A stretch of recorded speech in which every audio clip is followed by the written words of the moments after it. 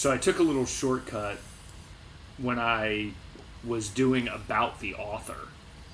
What I realized in the end is that the shortcut ended up causing more damage than providing help because it left my entire family out of the paragraph.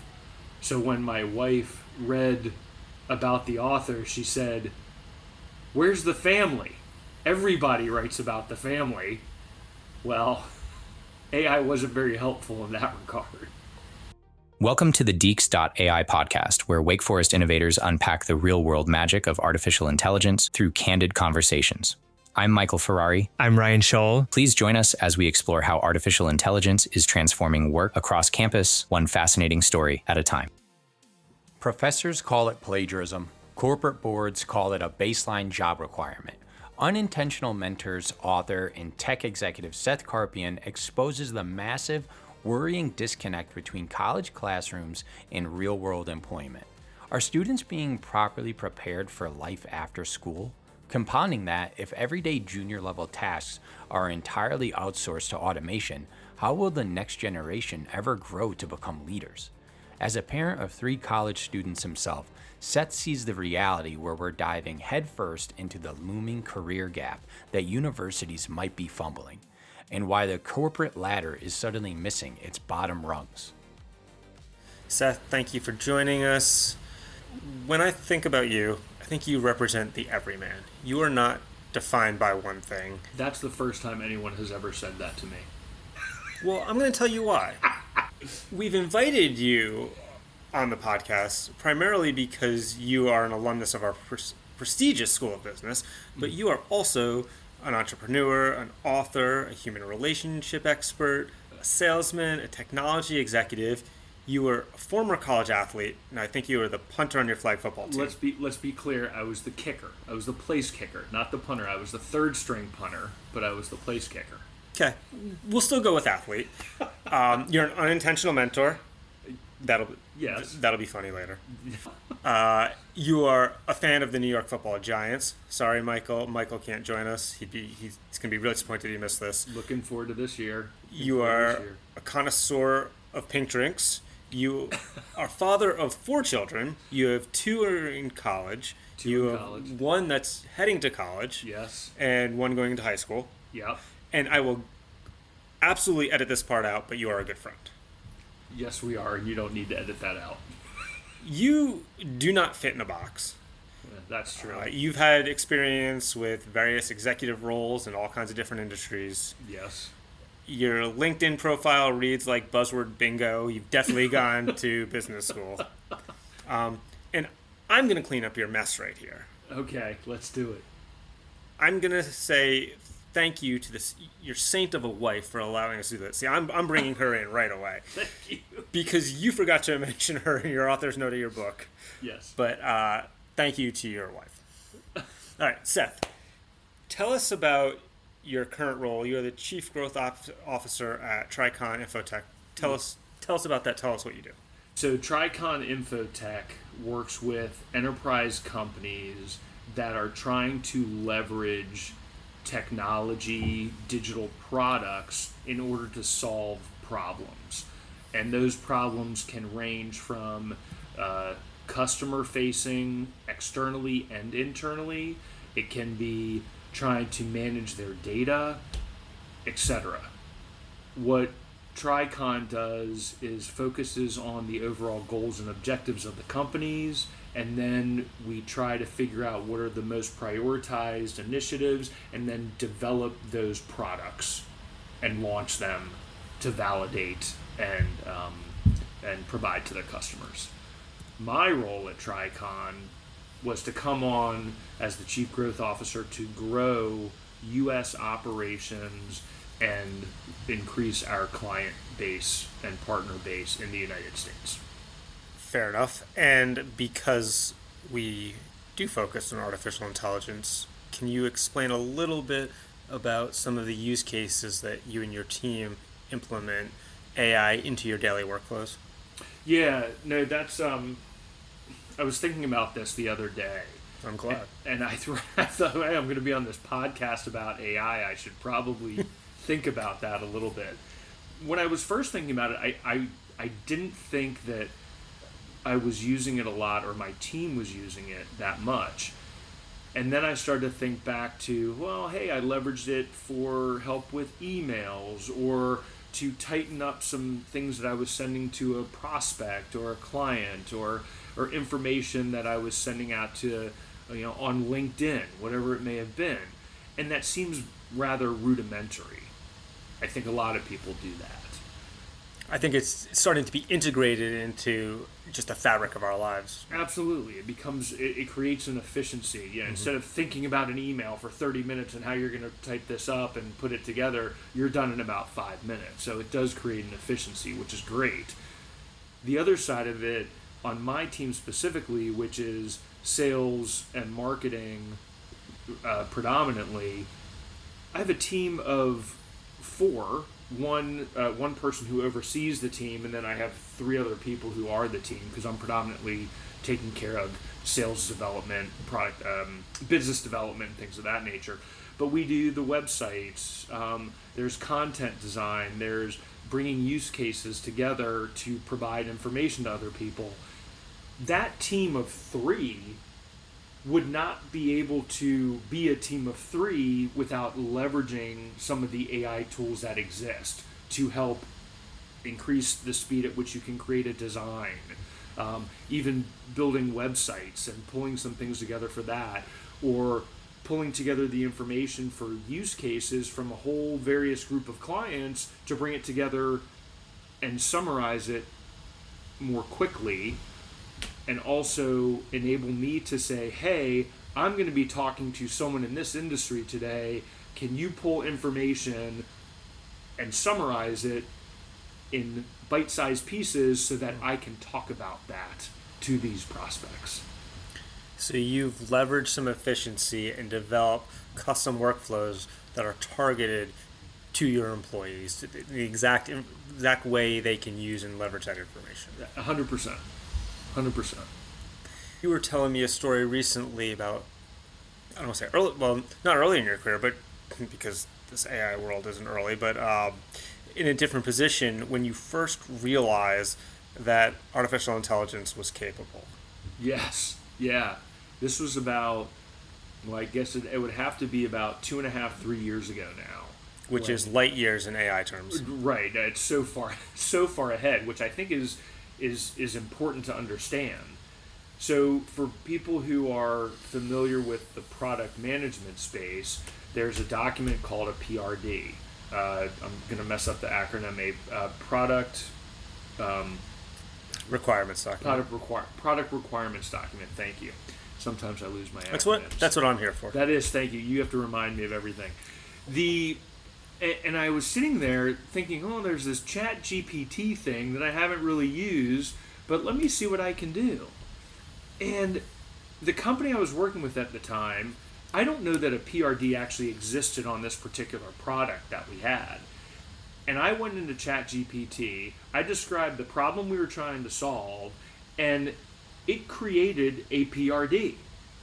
And I thought to myself, holy crap. Like this, it's creating a PRD. I'm no longer in product anymore, so I haven't had the need to do this. I can only imagine what it would be capable of today had I asked it the same task. And so back then, 2.5 years ago or whatever, you realize this isn't just a better Google anymore. This has the potential to be a colleague. A potential to be a colleague. It has a potential to be I know people, this is a sensitive area because there's a lot of disagreement and talk about this, but replacing direct reports or replacing entry-level people. So those entry-level people, that's where we're talking about some of that early work. So the junior-level employees have to go through a struggle. Yes. You wrote a whole book about this. About AI or about struggles? About struggles. So your book, Unintentional Mentors, the hottest book in Winston-Salem. Hottest book in the neighborhood in Winston-Salem. You can get it on any used bookstore bookshelf. I hope so. Okay. It's a children's book, right? Actually, coloring book? It could be. I've heard that children like it, actually. Okay. This book, which famously, ironically, you did not use AI to write. I did not, correct. This talks about your early career, all these lessons you learned from various mentors. They were either intentional or unintentional. Correct. But what I took from reading it was that you struggled with some of these relationships or with these mentors, but it was from those struggles, from those lessons that shaped who you are now. Yeah.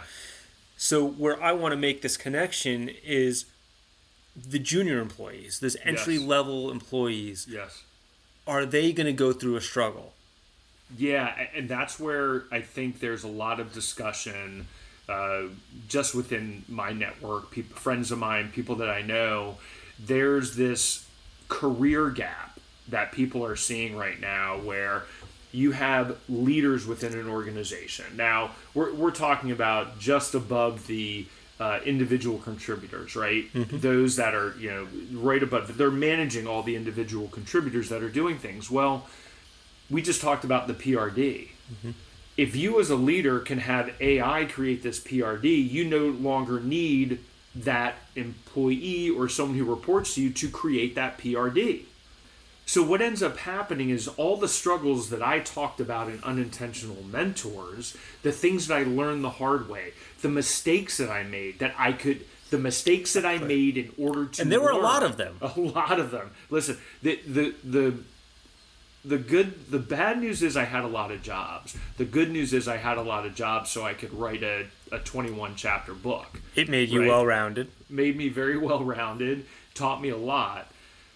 But I don't know, and a lot of people I talk to is, where are we going to enable those people to learn who are entering the workforce to then be able to be those leaders to then leverage AI?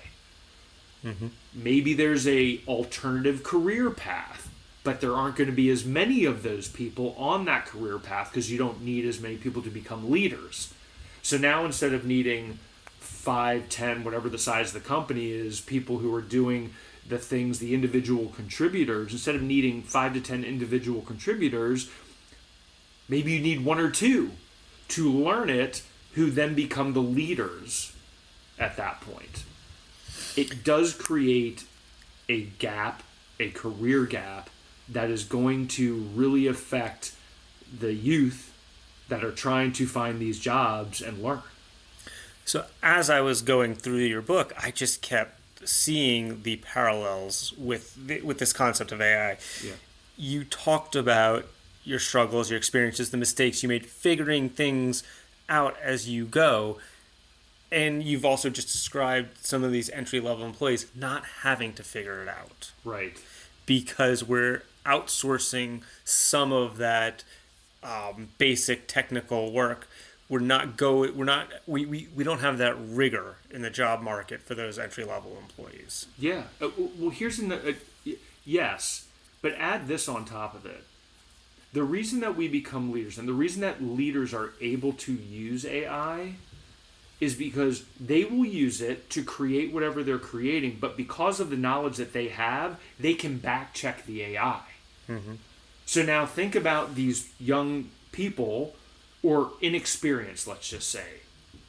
Inexperienced people, they don't have that opportunity to make that mistake, understand what went wrong. So how are they going to check the AI to know if the AI is right or wrong? When they have been leveraging AI, and I know we're going to talk about this a little bit more later, but college students, high school students, they're leveraging AI right now.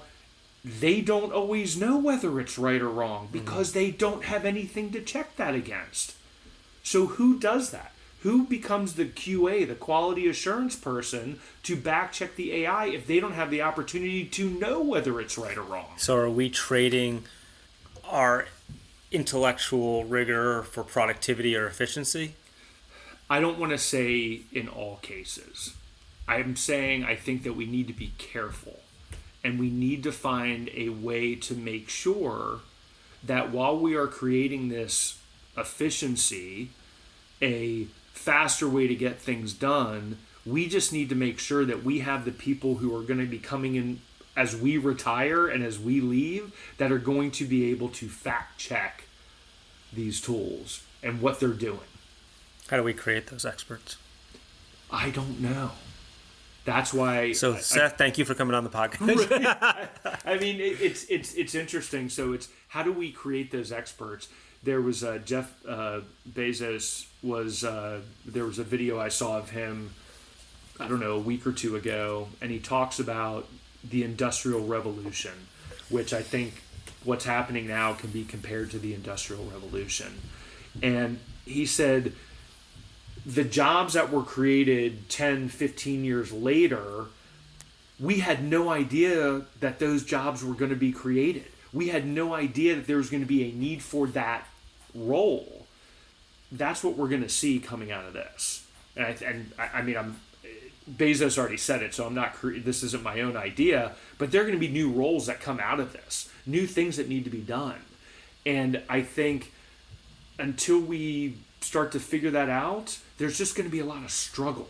So there's going to be a short-term struggle for maybe a long-term gain? I believe so. Okay. I believe it's going to be short-term. You're going to have, and people are saying this, again, I don't know that this is a popular statement that I'm making, but I do think that you're going to see there's going to be a few years, and I don't know how many. People predict it. I mean, I could pull it out of my ass too, but I don't know if it's going to be a 5-year gap. I don't know if it's going to be 7, 10. I don't know what it's going to be. But there's going to be this time where people are going to be losing jobs. They're not going to be certain about what to do.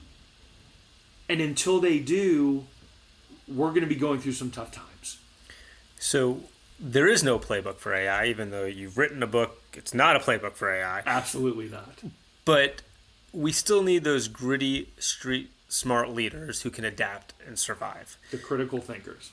But you're talking about this impact on the economy and potentially people losing their jobs. Mm-hmm. Those seem like the kinds of people who have a very strong technical specialty.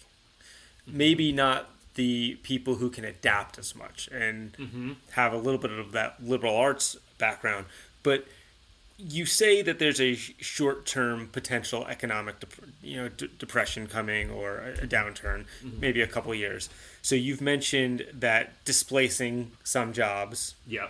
I think there's some other factors that.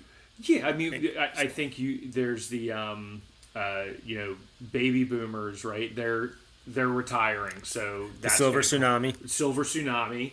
That's going to cause problems. I think if you look at the credit card industry as an example, right, with things moving to cryptocurrency, there's not going to be that need as much because you're not going to have those credit card charges in the cryptocurrency side for the credit card. So the credit card companies have to adjust. How do they adjust for it? They have to become more efficient, right? They have to provide an alternative to credit cards, which means if they're creating that alternative, they're also displacing a lot of people because they can't pay as much money as they used to pay, right? I'm not guaranteeing this is the future. There are just so many things that are pointing to companies in general having to create efficiencies that unfortunately are going to cause displacement of people. And where do people go if they aren't thinking differently and they're stuck in their job? And I'm not just talking data entry people. You may have a banker. The banker, all they know is being a banker. Well, now what if you leverage AI now, or you even leverage technology now to decide what is a better mortgage for myself? What is a better credit card? What is this? You don't need that person. Where should I invest? Like, a lot of those things are going away. And as AI gets better, it's going to displace more of those roles. So you are not painting a very rosy picture at the moment, but the reason this is an important conversation is because you're not in the halls of academia like many of our other guests. What you're telling us is... I'm not an economist either. Let me be very clear about that. But what you are is you are a professional out there. Yes. And you are out in the real world, so our listeners and our professors need to hear what other people out in outside of our walls Yeah. are talking about, and in the perception out there. So when this gets back to our professors and our administration, they say, okay, this is what the public out there is seeing. We need to prepare our students for potentially what's coming. Yeah, and I think, and I hate to throw this out there as a general statement, but I think our academic institutions, especially in the early years when it comes to, say, elementary, middle school, and even high school to an extent, they have taken away a lot of that critical thinking. Now you have young people who are naturally they're critical thinkers, so they're going to be okay.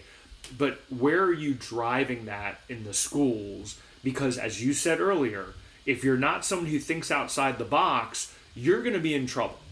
And I think that's the biggest issue that we're going to run into. So how do universities, how do high schools and middle schools, how do they start to bring back that idea of, hey, we need critical thinking? Mm-hmm. Critical thinking in order to think differently, in order to create those jobs that Jeff Bezos says are going to be created. Someone's got to come up with that idea. I mean, there would be no Motel 6s if the automobile was never invented. That's a fair statement, right? Actually, it was a Howard Johnson, I think, which was the first one. Fair enough. I'll give you Motel 6. You're young. He was on the Mets, wasn't he? He was a great outfielder, Hojo.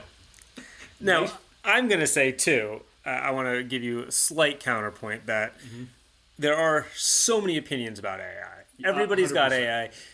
We're still only a couple years into this, so the credible data is somewhat lacking. There's a lot of published stuff.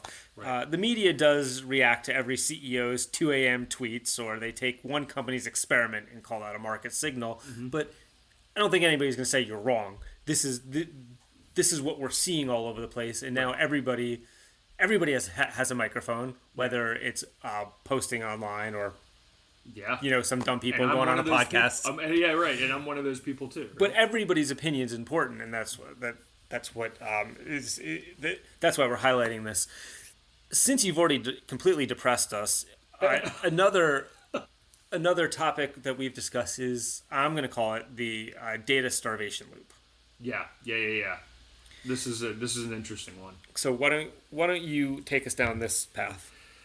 I thought of this. It hit me, I don't know, maybe 3 weeks ago. And I was in this conversation, and it's like every once in a while, I come up with this, what I think is an intellectual thought. And it doesn't happen very often, maybe once every 2 years. But what I started thinking about was AI is able to do what it does because it is fed data, or data exists in order for it to come up with an answer, right? What happens, again, I think, I would say, is it 10 years down the road? Some people say maybe it's 3 years down the road. Maybe it's sooner, right? Critical thinking, if AI causes critical thinking to dry up, then there is nobody there to input data in order for AI to use it. So once AI uses up all the data, what do? You're basically saying it's an echo chamber. Yeah. And I think, and you brought up a point when we talked that you said, well, it's going to start to go back to the old data, and I hadn't thought about this. It is going to hyper hallucinate potentially. I may have just made up a word. We can trademark that. Hyper hallucinate. Right? We'll talk to Webster's dictionary. Right. But I mean, so that's the thing. If it's not being fed the data, then what does it do? Can it think for itself? And we're talking about the younger generation, your kids, my kids. Yep. They are consumers of the data. Correct. They are not feeding the data because, as we talked about, they are running these algorithms to produce outputs. They are not creating that novel input. That's what I think. I think if you look at someone who plays guitar, for instance, like this is a thought though, right? So are there always new ideas? I mean, yeah, I think some new ideas come about, but in general, are we always continuously creating new ideas? Probably not. We look at somebody else, we hear somebody else, we see somebody, we see something, we see art, and we take that and then we make it better, hopefully, right? I use the example of a guitarist. I do not play guitar. My brother-in-law is a very good guitarist. My daughter is a very good guitarist. And I like to watch musicians. And what you'll see is someone who plays guitar and who is really, really good at it. I don't think that they're creating a new chord. They are just playing it in a different, more unusual way than somebody else would. And that's what makes that person an amazing guitarist. So I don't know if it's going to be a situation where it's new ideas, but who are the people? Is AI going to be able to take an old idea and make it better? I don't know if it can think that way or if it will. There's probably someone in a back room right now using AI that's thinking on its own and doing something. And we're going to end up with like the movie War Games at some point. I don't know. But right now, I don't see it. And I'm just trying to think about, where does it stop? Does it stop? So your worry is too much regression to the mean and not enough pushing out to the edges. See, you used really smart words to describe what I was trying to explain in layman's terms, so I appreciate that. I have to at least pretend that I exist in academia. Yeah, and I am not in academia, so I think we've established that. Okay. But you have been very successful in your career. Thank you. I think your strongest qualities are the way you manage relationships. I don't think you've ever met a stranger in your life. I don't think there's anybody you could not hold a conversation with. I'm pretty sure if you needed to, you could sell ice to an Eskimo. Or a screen door to a submarine. There you go. Relationships are important.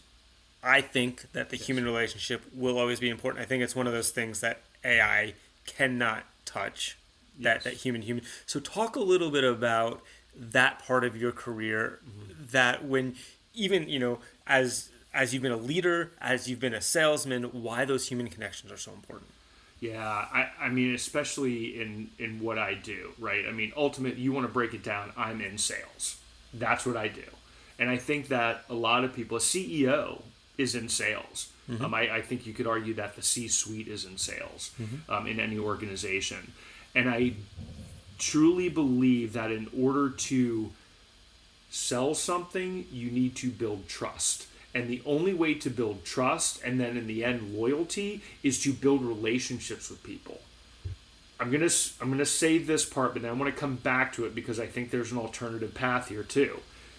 Today, my buyers, the people who buy from me, want that human interaction, and they want to know that they can trust me and then in turn trust my company to deliver these things. Again, the only way to build that is through relationships, getting to know people. It's like, hey, I know that Seth's going to make sure that this happens.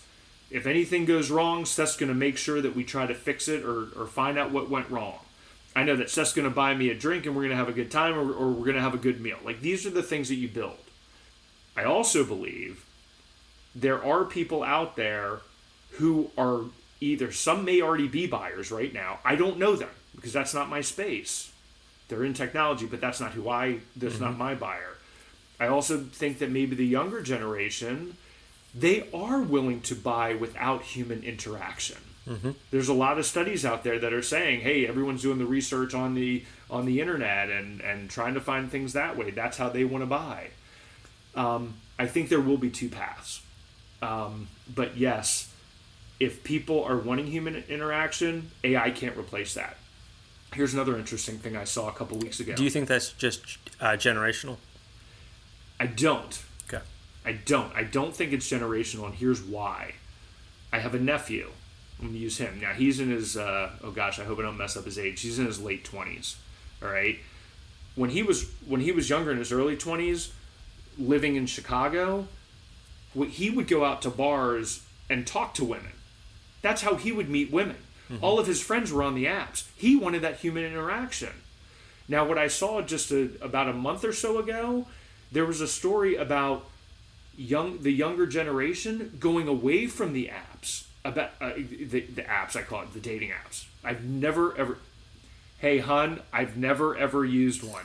I honestly, I never have. I don't know what they are. I've never seen them. But these kids they're starting to go away. They've gone. Some people have gone back to speed dating because they want that interaction. I believe it's Amazon is starting to create these like communal spaces where people can come and interact with each other. People are buying vinyls now. Right? I mean, people are reading newspapers, reading books. Thank goodness. And please keep buying actual paperback books because Unintentional Mentors right now only in paperback and hardcover. Available on Amazon, by the way. I'm still waiting for the audiobook. That's in the works. I'm on chapter 6 in the audiobook. But people they have a desire for that human interaction or to touch something. So I don't think it's generational. I think it's who you are. It could be you're an introvert and you want to work that way, and extroverts don't. So in a world of efficiency and productivity, there is still that space for the human connection. 100%. How do you collaborate to figure out what the best efficiency is? You have to interact with other people. You have to ask somebody who's doing the work to find out what the best way is to become efficient. And then you need to collaborate on what is the next iteration of that. Can AI create the next iteration? They have to interact with something, maybe. So maybe it does. I don't know.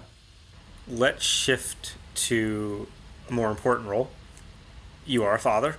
Mm-hmm. You have, like we mentioned, different children in different stages of their education. Yes. So you have 2 kids currently in college and one that just finished high school. Yep.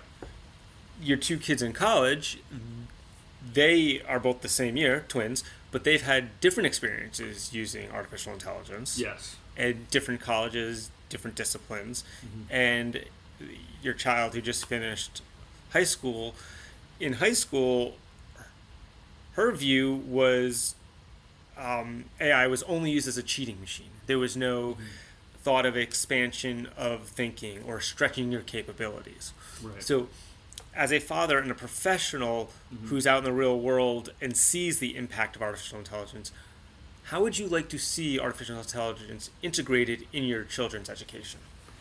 So let me bring up a very contradictory points of view and why it's really messed up that it's contradictory.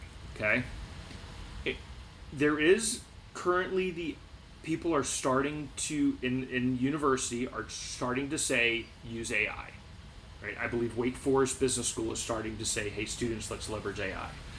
That's not common practice. And what's happening is a lot of professors and a lot of universities and colleges are penalizing students for leveraging AI. Here's the problem. So you got academia preparing young people for the real world, saying, hey, let's not use AI, that's cheating. In a lot of cases, not everybody. You go into the real world, they are expecting you to use AI. Boards of directors, C-suite are saying, where are we using AI? What are we doing to use AI? Now that's a whole other conversation about are they doing that the right way, but regardless, sure. You got the professional world that's saying use it because we have to become more efficient, and academia is saying you're cheating. You got to come together on this. It is really screwing people up. That's what we need our professors and our administration to hear. Yeah. They have to find a way to interact. 100%. In the academics, we talk a lot about that rigor. And just like you were talking about in your book, that these students, they need to struggle to learn a concept. Yes. The struggle is the key. Yes. So they can't shortcut the thinking or replace the thinking. Mm-hmm. They can stretch their capabilities. But there has to be some kind of happy medium between outright banning it and preparing our students.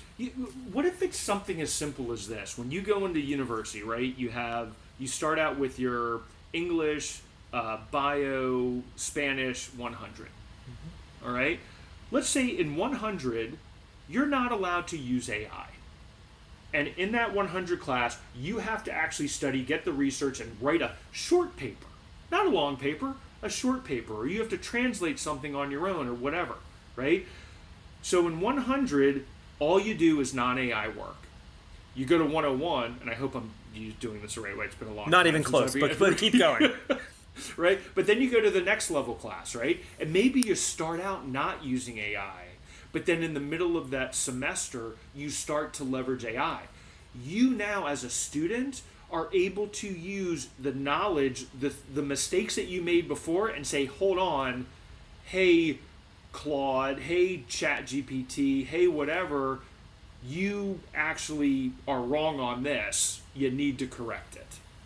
Maybe that's the combination in school. I don't know. But they have to figure out some way to have kids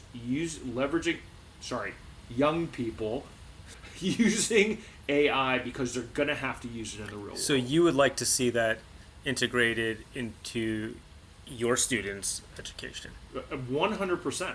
I know my kids use it. Mm-hmm. You know, how they're using it, I fully don't know. But I've talked to them. Yeah, no, I know. People know my name here, so I don't want any schools or professors to, pull degrees or anything.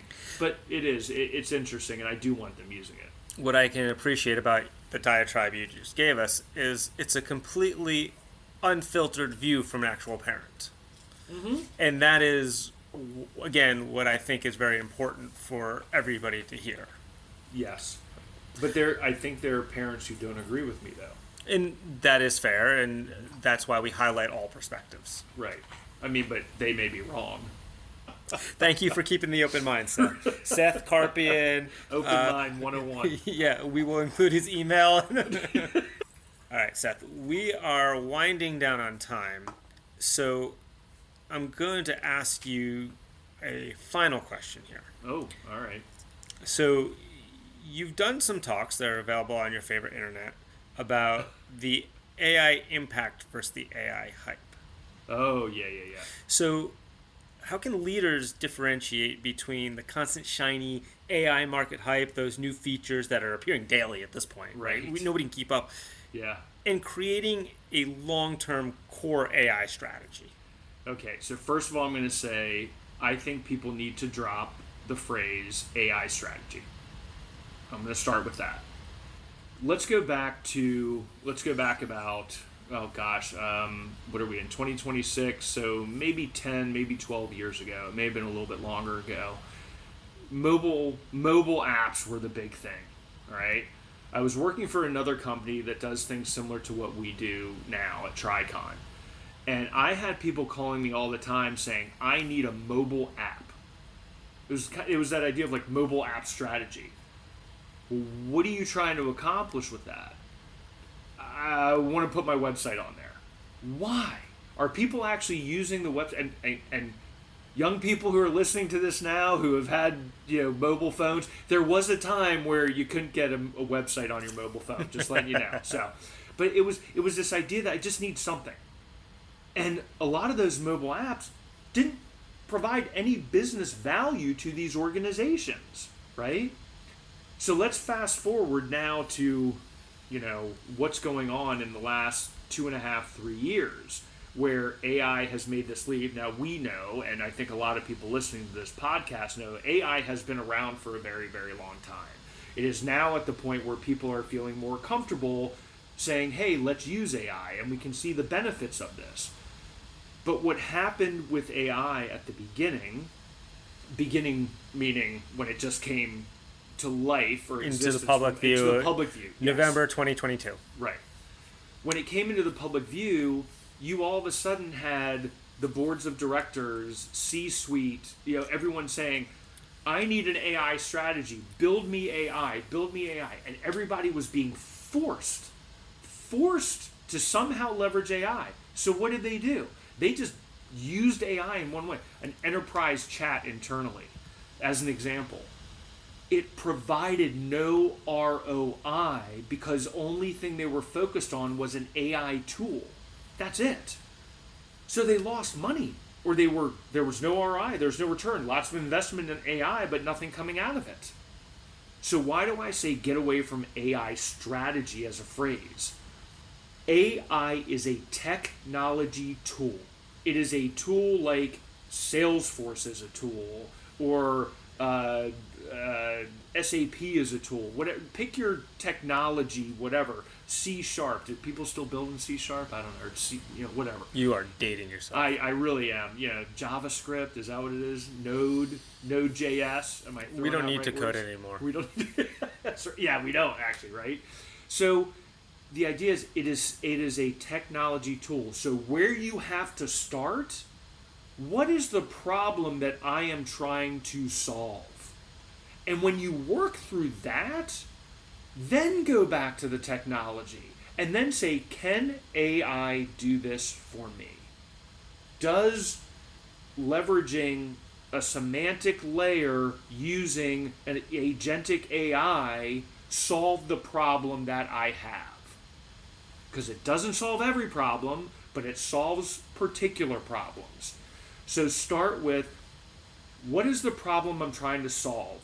What is my what is my company's goals, objectives, and strategy? Then back that down into the technology. Nowadays, it may be AI. It may be a tool in AI. But start with the problem, then go back to the tool. And don't lose that human connection. Don't lose the human connection. I'm fun to talk to. I'm funny. I'm not smart. That's but debatable. I'm funny. Both of those are debatable. So if somebody would like to read Unintentional Mentors, if they have a spare 10 to 15 minutes, where can they find it? On Amazon. Look up Unintentional Mentors or look up Seth Carpien. I'm the only Seth Carpien in the world, I actually believe. So thank goodness. My book is on there. Yeah, and it is a short read. The chapters are 2 to 3 pages, and with quick lessons here and there. Thank you for joining us, Seth. Thank you for having me, Ryan. I appreciate it. I hope I said something that someone can use. Unlikely, but thank you. Thanks again to our guest, and thanks for listening to the Deeks.ai podcast. Please continue to follow the AI discussion by subscribing on Spotify, Apple Podcasts, and YouTube. If you have any comments, questions, or would like to join the discussion, please email us at deeks.ai@wfu.edu.